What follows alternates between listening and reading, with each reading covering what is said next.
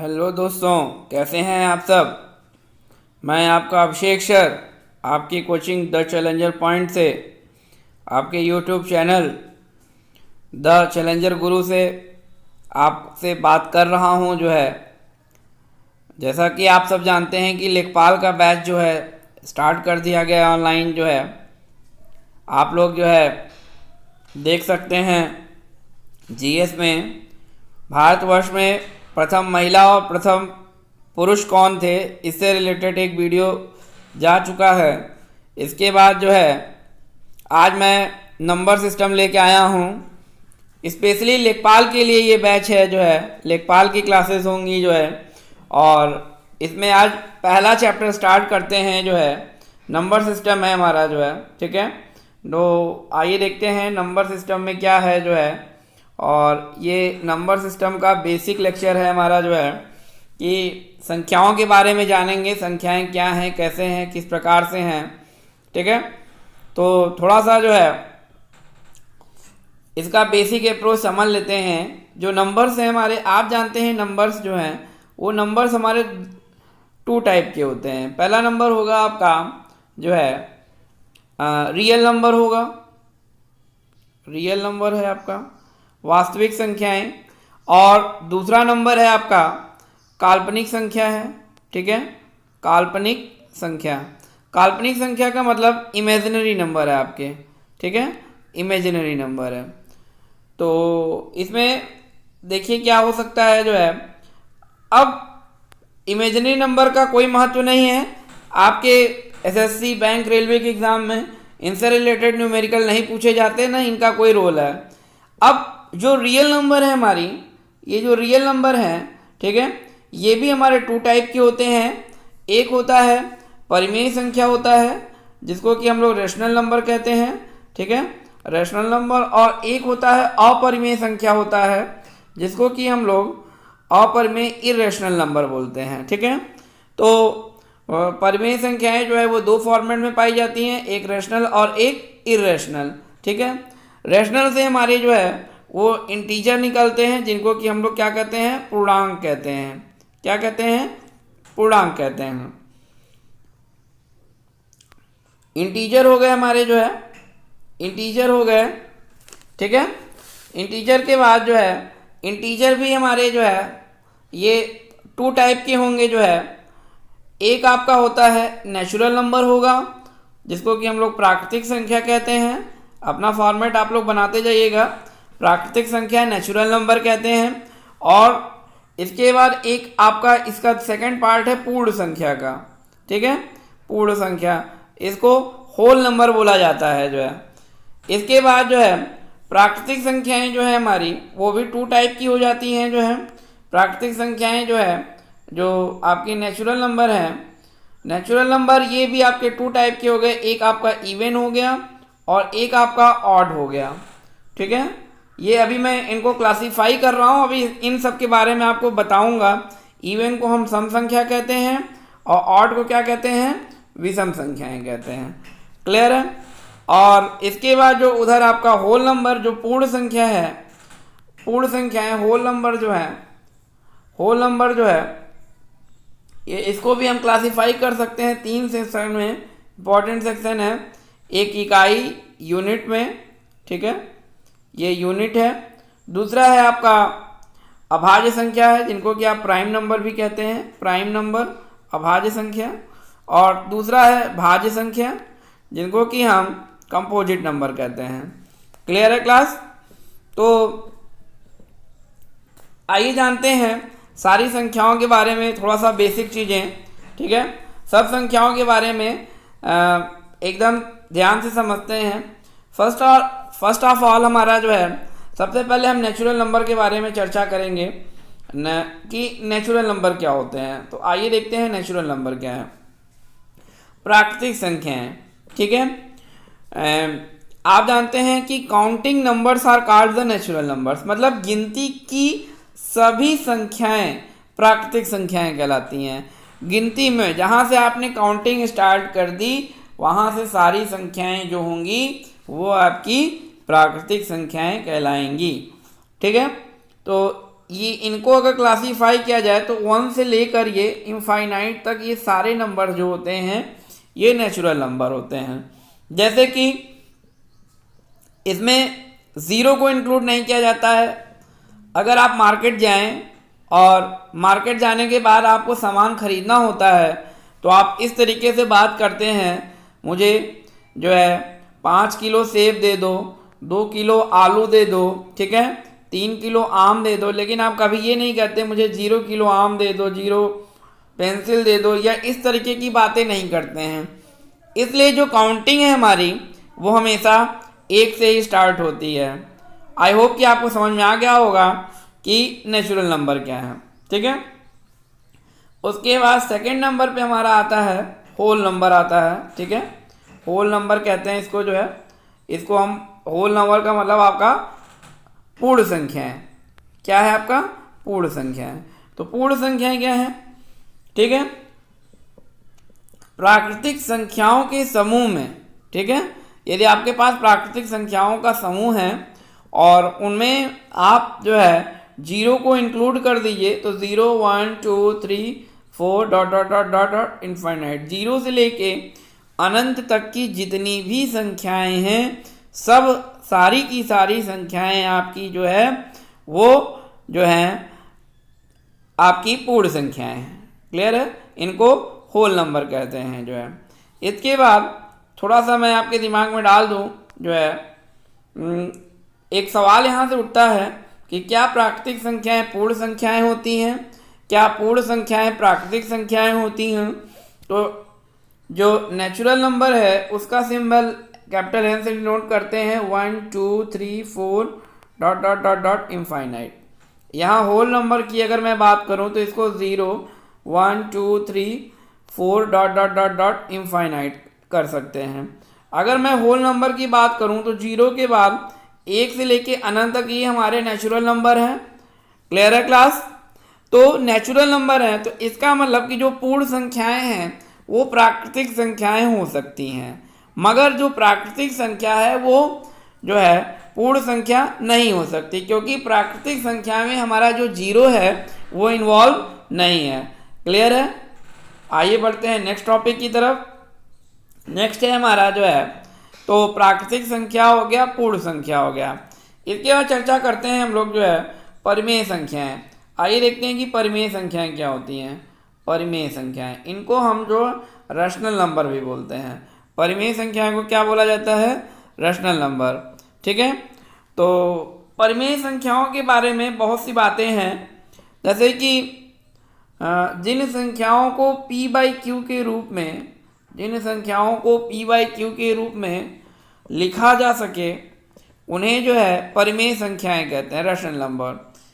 और यहाँ पे q is not equal to 0, ये इसका सिंबल है। अब ये p/q का जो फॉर्मेट है ये आपका है न्यूमरेटर अपॉन डिनोमिनेटर, मतलब कि ऐसे नंबर्स जिनको कि हम फ्रैक्शन के फॉर्मेट में लिख सकते हैं वो सारे नंबर्स जो हैं वो परिमेय संख्याएं होती हैं। ठीक है, इसके बाद देखिए अब परिमेय संख्याओं में जो है परिमेय संख्याओं में एग्जाम्पल की अगर मैं बात करूं कि इसका एग्जाम्पल क्या हो सकता है परिमेय संख्याओं में, तो आप ये जान लीजिए परिमेय संख्याओं का जो एग्जाम्पल है, आप 1 हो गया, 2 हो गया, 3 हो गया, 4 हो गया, ठीक है, 6/7 हो गया, 3/4 हो गया, 5/7 हो गया, ये सारे नंबर्स जो हैं वो आपकी परिमेय संख्याएं हैं। ये आप जान लीजिए ये सारे नंबर जो हैं वो आपके परिमेय संख्याएं हैं। ठीक है, जैसे 1 को भी हम 1/1 लिख सकते हैं, 2 को भी 2/1 लिख सकते हैं, 3 को 3/1। तो जहाँ पे आपको न्यूमरेटर अपॉन डिनोमिनेटर का फॉर्मेट मिलेगा वो सारे नंबर्स जो हैं वो आपकी परिमेय संख्याएं होंगे। Is that clear?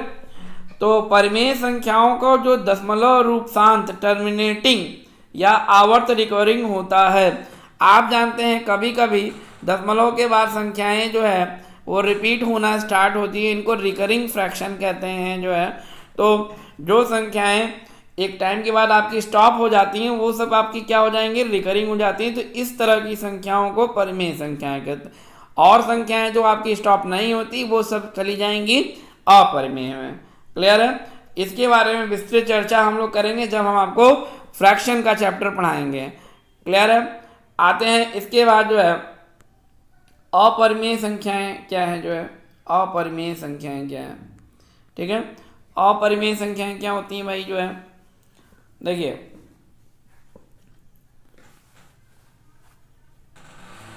अपरिमेय संख्याएं जो होती हैं कि ऐसी संख्याएं की जिनको कि आप p बाई क्यू के रूप में नहीं लिख सकते हैं।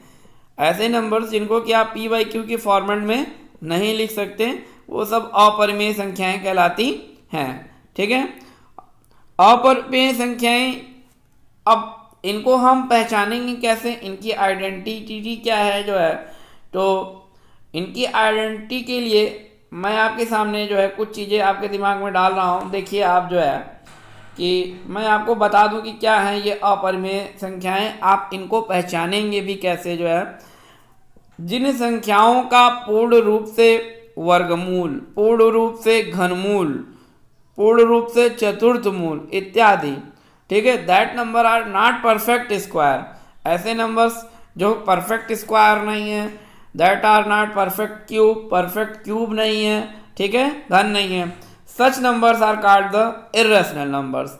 ऐसे जो नंबर्स होते हैं वो आपके इर्रेशनल नंबर होते हैं। ठीक है, और ये जो नंबर्स होते हैं जो नॉन टर्मिनेटिंग होती हैं, ये नॉन रिकरिंग होते हैं, मतलब कि ये दशमलव के बाद बढ़ते जाते हैं और ये कभी ख़त्म नहीं होते हैं जो है इनकी वैल्यू।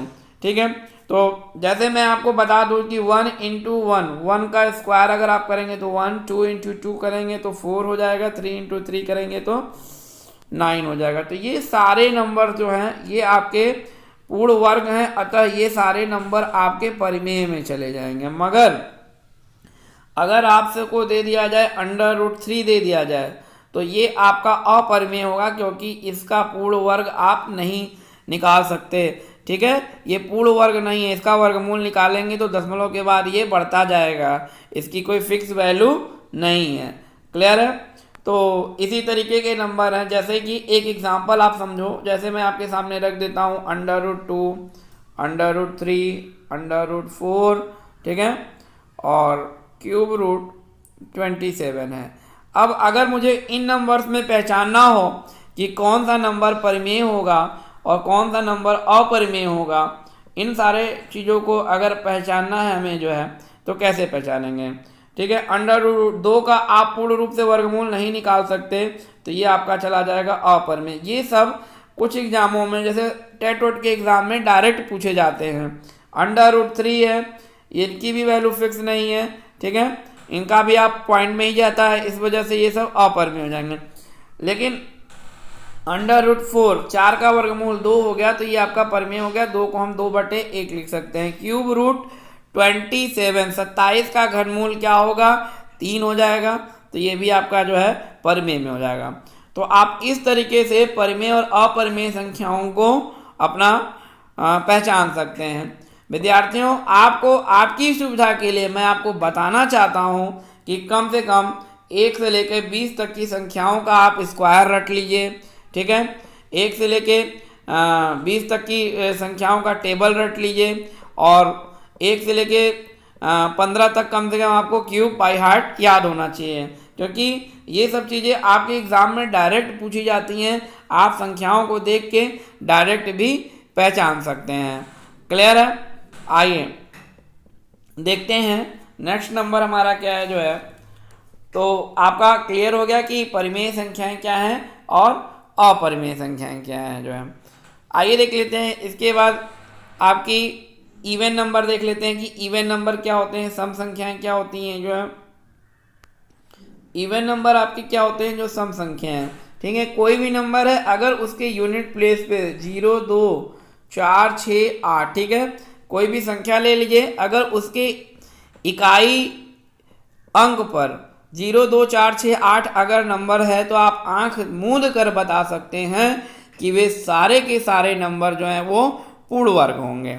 एग्जाम्पल ले लेते हैं, जैसे कि मान लीजिए 4, 5, 3, 6, 7 है यहाँ पे। ठीक है, तो अब यहाँ पे 7 है तो ये आपका इवन नहीं होगा, मगर अगर इसके बाद मैं 2 कर दूं तो ये आपका इवन बन जाएगा। क्लियर है। तो अगर आपको किसी भी संख्या के अंतिम में 0, 2, 4, 6, 8 दिख जाता है तो सारे के सारे नंबर जो है वो आपके जो है आपके सारे के सारे नंबर जो है ये आपकी सम संख्याएं हो जाएंगी। ठीक है बच्चों, आइए देखते हैं। इसके बाद आते हैं हम लोग विषम संख्याएं क्या होती हैं, इनको भी देख लिया जाए। विषम संख्याएं क्या होती हैं, इनको हम लोग ऑड नंबर्स बोलते हैं।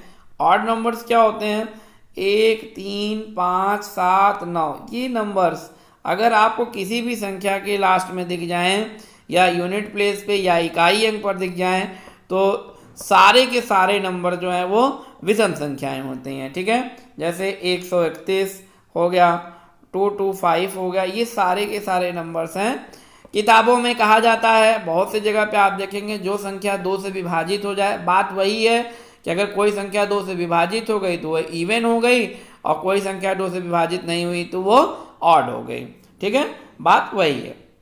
आइए देखते हैं, तो इवन ऑड आपका क्लियर हो गया। इसके बाद आइए देखते हैं अभाज्य संख्याएं क्या होती हैं हमारी जो है। ठीक है, अभाज्य संख्याएं क्या होती हैं, आइए इनको भी देख लिया जाए कि अभाज्य संख्या क्या है हमारी।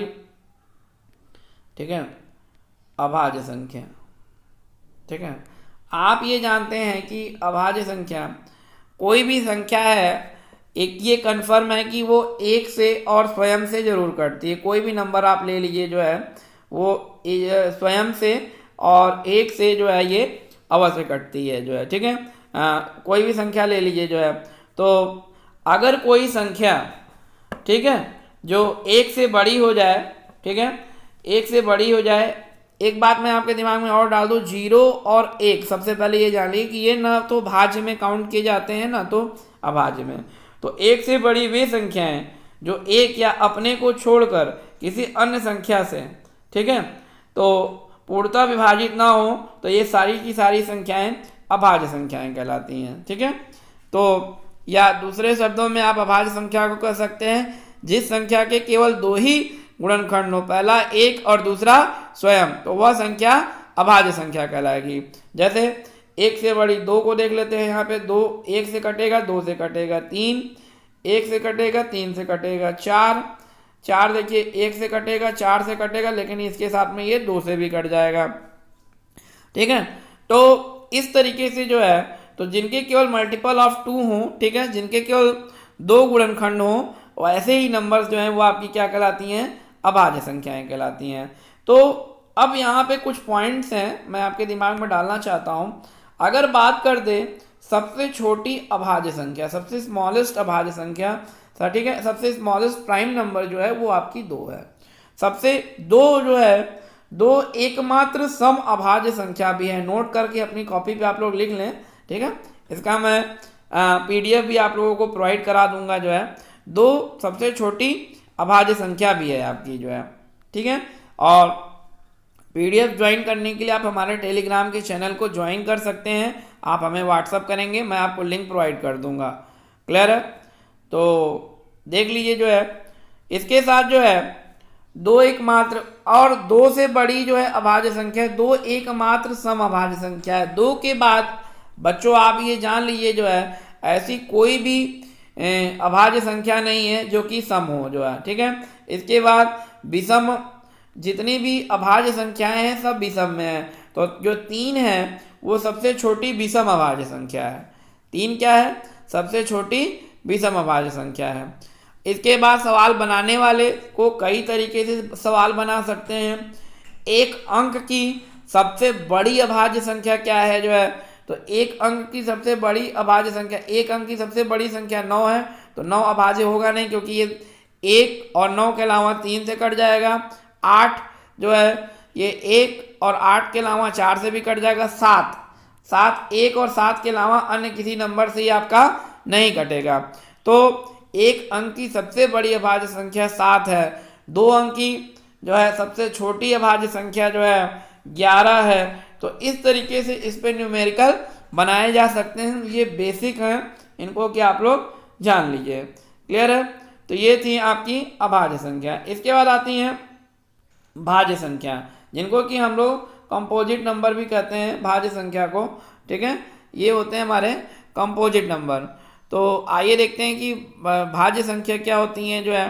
जिन संख्याओं के 2 से अधिक गुणनखंड होते हैं वह संख्या भाज्य या यौगिक संख्या भी कहलाती है। ठीक है, तो जिनके की ज़्यादा से ज़्यादा नंबर होंगे तो वो सारे जो है संख्याएं क्या हो जाएंगी, तो या 2 से अधिक वे संख्याएं जिसमें एक के अतिरिक्त अन्य उभयनिष्ठ गुणनखंड। ठीक है, तो इस तरीके से आप देख सकते हैं ये सारी संख्याएं क्या हो जाएंगी, आपकी भाज्य संख्या हो जाएंगे। एक से बड़ी वे संख्याएं जो एक या अपने को छोड़कर किसी अन्य संख्या से भी अवश्य विभाजित हो यौगिक या भाज्य संख्याएं कहलाती हैं। दूसरे शब्दों में यह भी कहा जा सकता है कि जिन संख्याओं के 2 से अधिक फैक्टर्स हों वे संख्याएं आपकी भाज्य संख्याएं कहलाती हैं। 0 और 1 को हमने आपको कहा था कि ये न तो भाज्य में काउंट होते हैं न तो अभाज्य में। 2 आपका जो है 2 और 3 ये दोनों जो है अभाज्य में चले गए, तो कौन सी संख्या बची, 4। तो 4 1 से कटेगा, 4 से कटेगा और 2 से। ठीक है, तो अपने और 1 के अलावा अन्य किसी भी नंबर से अगर कोई नंबर कट जाता है तो ये सारे के सारे नंबर्स आपके क्या हो जाएंगे, जो है आपके भाज्य हो जाएंगे। तो सबसे छोटी भाज्य संख्या आपकी हो गई 4 हो गई। 4 के बाद फिर आपका 6, 6 के बाद फिर आपका 8, 8 के बाद 9। ठीक है, कह देगा कि एक अंक की सबसे बड़ी भाज्य संख्या कौन सी है, 9। एक अंक की सबसे बड़ी भाज्य संख्या कौन सी है, 9। ठीक है, 2 अंक की सबसे बड़ी भाज्य संख्या कौन सी है आपकी, जो है 99। ठीक है, 99 आपका जो है 2 अंक का सबसे बड़ा भाज्य संख्या है। तो इसी तरीके से इसके प्रश्न पूछे जाते हैं, इनके बारे में आपको आइडिया होना चाहिए। ठीक है स्टूडेंट, अगर आपको हमारा वीडियो पसंद आ रहा है तो आप वीडियो को ज़्यादा से ज़्यादा लाइक कीजिए, शेयर कीजिए, सब्सक्राइब कीजिए। अब लिखवाल बनने से आपको कोई रोक नहीं सकता, जो है ये द चैलेंजर गुरु का आपसे वादा है। ठीक है, आप हमारे वीडियो को कंटिन्यू वॉच करते रहिए, देखते रहिए, हमेशा लेटेस्ट इन्फॉर्मेशन के साथ हम आपको अपडेट करते रहेंगे। क्लियर है, तो भाज्य संख्याएं क्लियर हो गई और अभाज्य संख्याएं। ठीक है, तो इसी के साथ हमारी प्राकृतिक संख्याएं क्लियर हो गई, पूर्ण संख्याएं, सम संख्याएं, विषम संख्याएं, परिमेय संख्याएं, अपरिमेय संख्याएं, भाज्य संख्याएं और अभाज्य संख्याएं।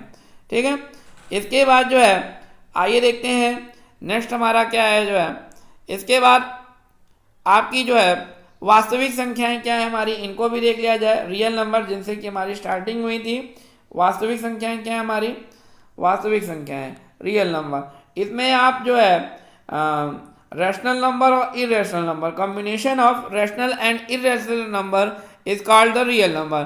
परिमेय और अपरिमेय संख्याओं के सम्मिलित रूप को वास्तविक संख्या कहा जाता है। ठीक है, तो इसमें जो है सम्मिलित रूप को वास्तविक संख्या कहते हैं। जैसे आपका √5 हो गया, 3/2 हो गया, √10 हो गया, ठीक है, 1/2 इत्यादि।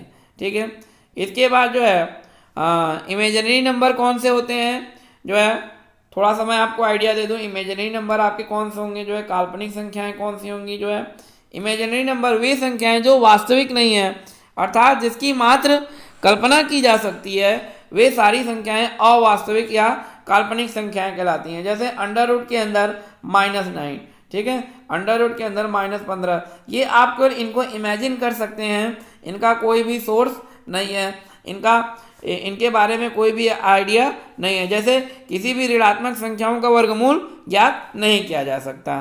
क्लियर है, इसके बाद आइए जो है देखते हैं पूर्णांक संख्याएं क्या हैं, जो है इनको भी देख लिया जाए। पूर्णांक संख्याएं क्या है भाई, जो है इंटीजर्स क्या होते हैं हमारे, जो है पूर्णांक। ठीक है, इनको हम लोग इंटीजर भी कहते हैं, जो है पूर्णांक को इंटीजर कहा जाता है।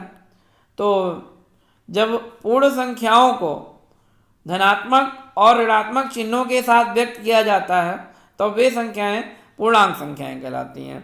ठीक है, तो पूर्ण संख्याएं हैं 0, 1, 2, 3, 4 इत्यादि। ठीक है, अब इनको धनात्मक और ऋणात्मक -1, -2, -3, +1, +2, +3 इत्यादि इन तरीके से इंडिकेट करते हैं तो वे संख्याएं पूर्णांक कहलाती हैं। ठीक है, यहाँ धनात्मक संख्याएं धनात्मक पूर्णांक होती हैं, पॉजिटिव इंटीजर, और ऋणात्मक संख्याएं ऋणात्मक पूर्णांक नेगेटिव इंटीजर कहलाती हैं। ठीक है, और 0 क्या है, 0 उदासीन पूर्णांक है, न्यूट्रल इंटीजर है। सब अतः सबसे पहला और सबसे अंतिम पूर्णांक संख्या आप प्राप्त नहीं कर सकते। कोई अगर आपसे पूछे सबसे छोटी पूर्णांक संख्या क्या है तो आप नहीं बता सकते, और सबसे बड़ी भी आप नहीं बता सकते। ठीक है, जीरो को ना तो पॉजिटिव में काउंट करते हैं ना तो नेगेटिव में। क्लियर है क्लास? तो इस तरीके से आप जो है इन संख्याओं को क्या कर सकते हैं। ठीक है,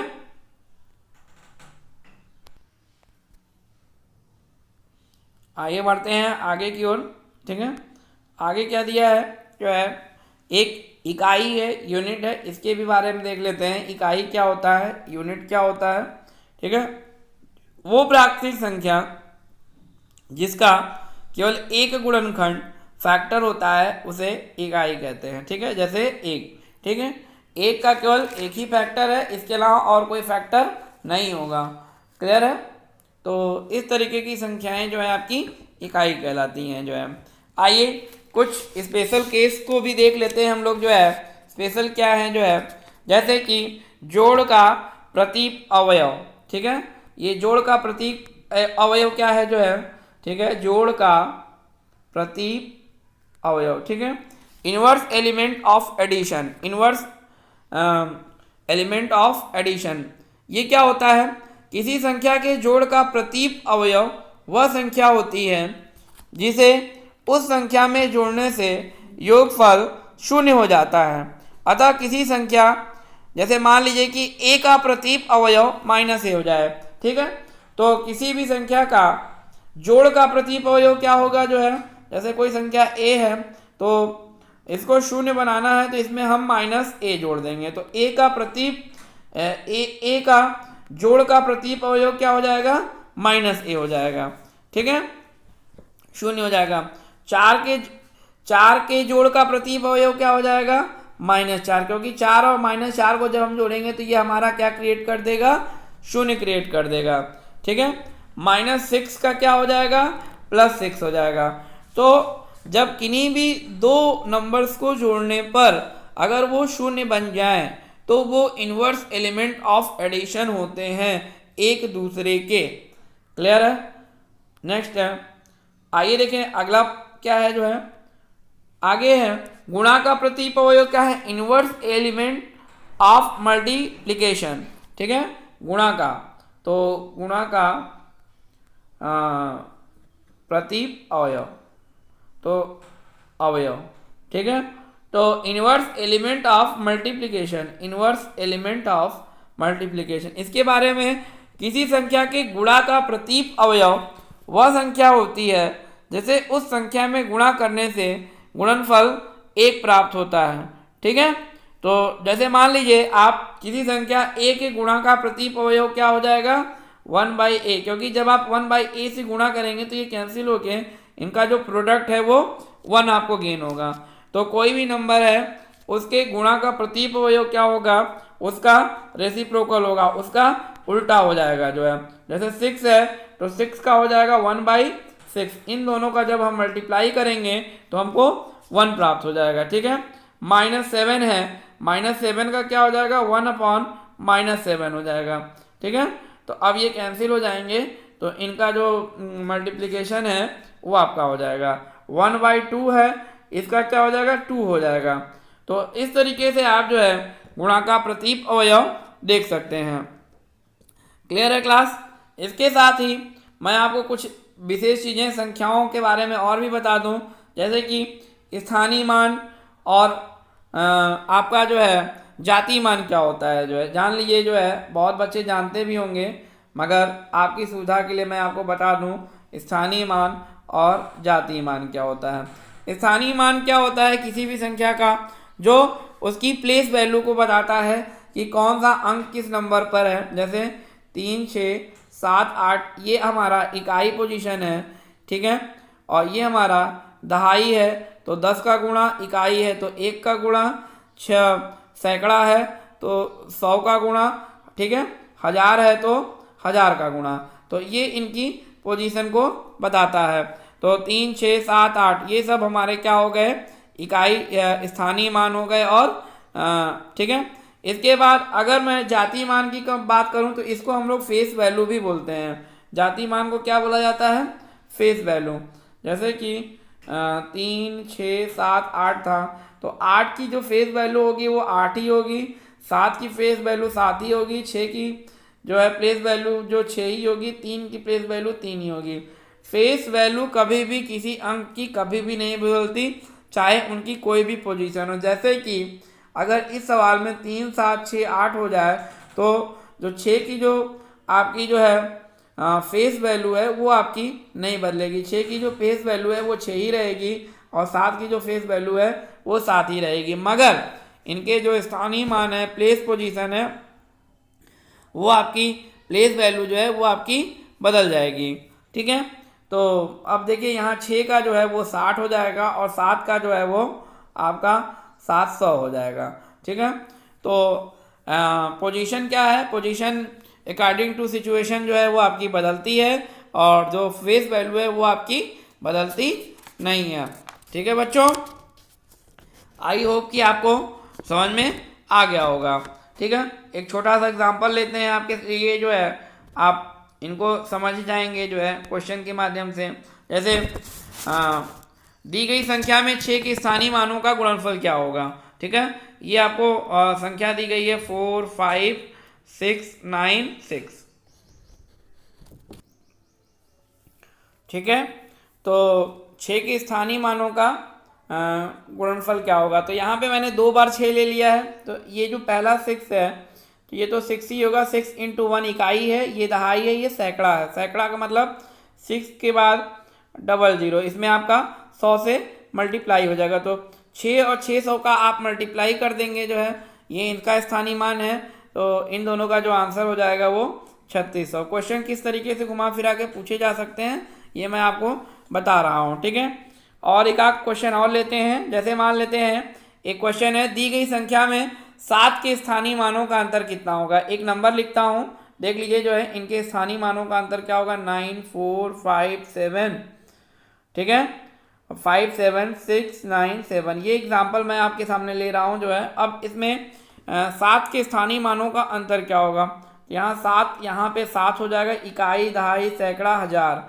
ठीक है, 7 के बाद ये 1000 हो जाएगा। अब इन दोनों का आप डिफरेंस कर सकते हो, तो इन दोनों का डिफरेंस 6993। इसके बाद कह सकता है आपसे जो है 9 के स्थानीय मानों का अंतर क्या होगा। तो यहाँ पे 9 के बाद आपका हो जाएगा 1, 2, 3, 4, 5, 6, 1, 2, 3, 4, 5, 6, यहाँ 9 का 90 हो जाएगा। इनको आप सब्ट्रैक्ट कर लेंगे तो इनके स्थानीय मानों का अंतर पता चल जाएगा जो है।